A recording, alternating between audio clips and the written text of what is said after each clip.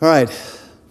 Every time it's a massive snowy day, the same old preacher joke comes back to mind, and you may know it, but there's the old country church that had a severe winter storm, and preacher comes in, and one farmer shows up. And the preacher's talking to him. He says, well, it's just the two of us. Maybe we should just cancel today. And the old farmer said, whoa, wait a minute. He said, if I go out to feed my cows and only one comes in, I still feed them. He said, all right, sit down. And the preacher got up and delivered his sermon, and then he just added to it, and then he was fired up about it and raising his voice and pounding the pulpit. He was all done. He went down and, what do you think? And the farmer said, well, he said, if I go out to feed my cows and only one comes in, I don't feed them the whole load. I'm going to give you the whole load today, all right? Have you ever been invited to someone's house for dinner and you thought they were going to feed you and they thought you ate before you came? You ever have that experience? Bonnie and I, nice couple, went over. I guess I had my details wrong, Yeah, I'm pretty sure they're feeding us. We get there, we sit down, we start talking, and we talk, and we talk, and we talk, and we talk, and there's no food coming. And at one point, I even, we're not burning anything in the kitchen, are we? No. It's like, oh, okay. And, we're just sitting there saying, oh, man, would you like something to drink? Yes. And they brought me water. Water. While they were in the kitchen, I looked at Bonnie and I said, I don't think they're going to feed us. Shh. I said, but I'm hungry. Shh. They came back. Well, after a while, well, honey, maybe we should get going. Yeah, it's getting late. Hey, thanks for everything. The water, thank you. And got out to our cars, giggled to one another, and went straight to McDonald's. Now, I tell you that story to tell you today we're going to begin a really unique little series. We're going to talk about dinner with Jesus. Throughout the scripture, several times, Jesus has a meal with someone. This is not a sermon series about food or about meals. That's not what this is about. What happens at the meal is incredible because in almost every situation, there is a moment where Jesus reveals something about himself, which is just beautiful. But then he reveals something about his host. And that's where it comes in pretty tight sometimes. It's a great series. Jesus, around the dinner table, what are dinner tables for? They're for family. They're for laughter, for stories, for friendship, for honest conversation.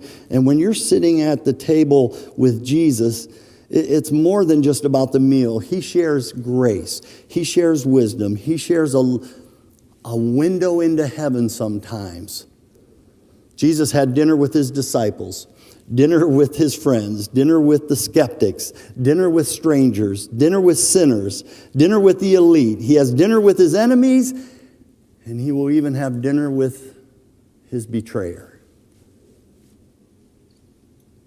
These are stories in the Bible that are just absolutely fascinating. What is this all about, though? This is about what can happen in our lives if we make a little room for Jesus. Just a little time face-to-face with him. First meal I'm going to cover today is a story that's really well known. Jesus is at a wedding feast. He's at a wedding where he'll do his first miracle. There was a miracle at my wedding, by the way. Bonnie said, I do. And that was a miracle. And she's been paying for it ever since. I thought I heard a small amen over there for a moment.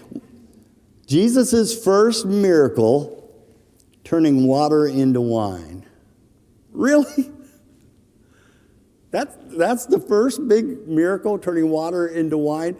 Jesus' first big moment is to fix a catering problem. Am I reading this right? Didn't he do miracles that felt like they were a little more difficult than that? I mean, opening blind eyes, removing leprosy from someone's life, calming storms, walking on water, raising the dead. Don't those feel like those are a little bit bigger on the miracle scale than just turning water into wine? It makes you wonder, what is going on here? What am I supposed to get out of all of this? Oh, this is good stuff. I'm going to walk through it quickly. Here we go. We're in John chapter 2, verse 1.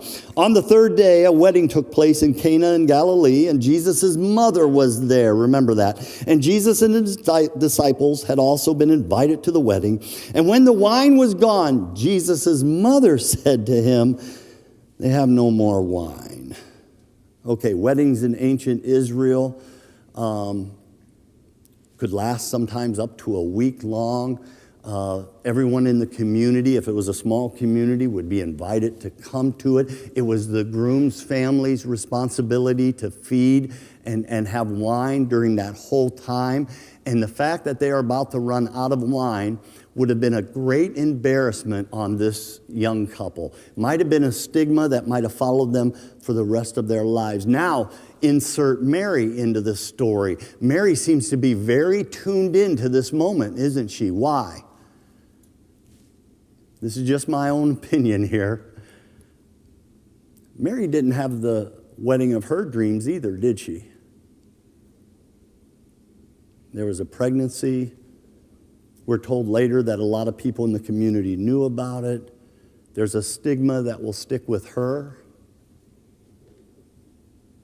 And she seems to be very protective of this couple. And boy, if the word got out that they were running out of wine, that could have been terrible. So her heart seems to be really engaged. She's not the master of the ceremony, by the way. She doesn't have any responsibility. She just knows what's going on. And in this moment, she does the one thing she knows to do: run to Jesus. How does Jesus respond to his mother? Verse 4, woman, why do you involve me? Stop for a minute. Woman, why do you involve me? All right, so your wife comes to you and she says, by the way, my car's on E. Can you go put gas in it? And your response is, woman, why do you involve me? Now, even though that's a very biblical and Jesus thing to say, is there anybody in this room who thinks that moment goes well for me? I don't think so. And even though it sounds a little harsh, Jesus, you're talking to your mom that way? Woman, why do you involve me? It's actually very respectful. In ancient times, publicly calling a woman was respectful. It was like Downton Abbey when the servants say, my lady, my lady. It's the same concept. Jesus uses the phrase many times. The woman who he meets at the well, woman, there's a time coming. The woman who's caught in adultery, woman, where is your accusers? When Jesus is hanging on the cross, looking down at his mom, woman, behold your son. When Mary Magdalene shows up at the tomb, woman, who are you looking for? Jesus uses the phrase woman many times, and his mom doesn't read it as a diss at all. So it's not disrespectful. It sounds odd in our language, but it's not disrespectful. But Jesus tells her, my hour has not yet come. I think she's been waiting for his hour to come. I think this moment might be more for her than anyone else. She knows who he is. She was told by an angel, but she's been waiting 30 years for this. He tries to tell her it's a little early. Her response is beautiful. His mother just immediately turned to the servants and said, whatever he tells you to do, do it. She didn't know what he would do. She didn't even know if he'd do anything. She just knew he'd do the right thing. Whatever he tells you, do it. Verse 6. Well, nearby stood 6 stone water jars, the kind used by the Jews for ceremonial washing, each holding 20 to 30 gallons. And Jesus said to the servants, fill those jars with water. So they filled them to the brim. I almost went out and got 6 30-gallon trash cans so you could see how much this is. I mean, did they need that much wine? That seems like a lot of wine. The fact that the Bible tells you he filled it, the servants filled it to the brim, why did you need to know that little detail? It's evidence, that's why. Jesus didn't add anything to the water. Jesus didn't change the color of the water. This is not some trick, some magic trick that he's pulling off and fooling everybody. It was filled to the brim, and God wanted you to know it was filled to the brim before Jesus even did anything. All of this wine. You remember in your favorite psalm, Psalm 23, the day will come when my cup overflows. Did you know that one of the evidences for the coming Messiah was that the ancient Jews believed that wine would run down from the mountains like a stream? Joel chapter 3, verse 18. In that day, this is talking about the coming Messiah. In that day, the mountains will drip new wine. The days are coming, declares the Lord. New wine will drip from the mountains and flow from all the hills. God gave us that this would be an evidence a long time ago. And now here is Jesus turning water into wine so much that it's hard to even imagine anybody could gulp that much down. Oh, this is such a great story. I need to pick it up now. Verse 8. Then Jesus told them, now draw some out, take it to the master of the banquet. They did so, and the master of the banquet tasted the water that had been turned into wine. He did not realize where it had come from, though the servants who had drawn the water, they knew. Then he called the bridegroom aside, and he said, everyone brings out the choice wine first, and then the cheaper wine after the guests have had too much to drink. But you have saved the best till last, the best. What Jesus did here in Cana of Galilee was the first of the signs through which he revealed his glory, and his disciples believed in him. Revealed his glory. That's the catchphrase. To who? Not to the bride and groom. They didn't even see it happening. Not to the master of the ceremony. He didn't know where it came from. Not to the entire community. They didn't know about it. Correct me if I'm wrong, but just the disciples know about it. Just the servants, that working class, they know about it. And Mom. I don't know who in this list was supposed to have Jesus revealed his glory to, but I like Mom. She's been waiting a long time. And you. It's all evidence that he's the Messiah. What does it reveal? Some of you came in here today and you're feeling empty, and empty isn't fun. Inside this room, we have empty pockets, empty bank accounts, empty work prospects, empty refrigerator, empty promises, people struggling with an empty nest, empty responses from your spouse. We have people here who have an empty chair at the family table. There are some ladies here with an empty womb. Empty is agonizing. And I've shared before, there are times in my life when my cup gets dangerously low. You didn't do anything wrong. It's just human to feel empty sometimes, but this story in the Bible is not there to show you what Jesus once did, but what he can still do in those emptiness moments. One more story.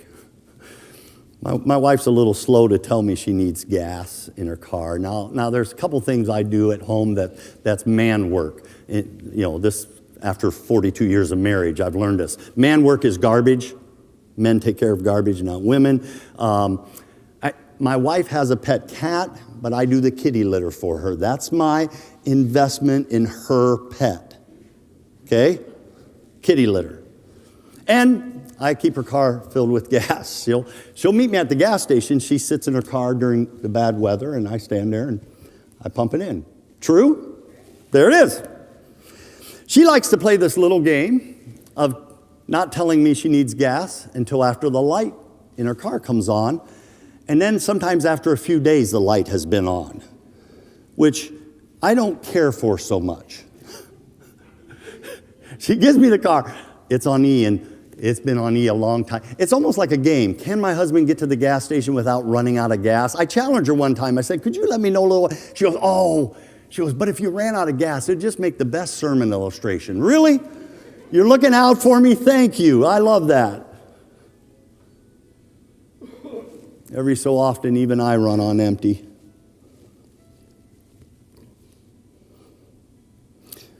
You know, Jesus is just like his Father.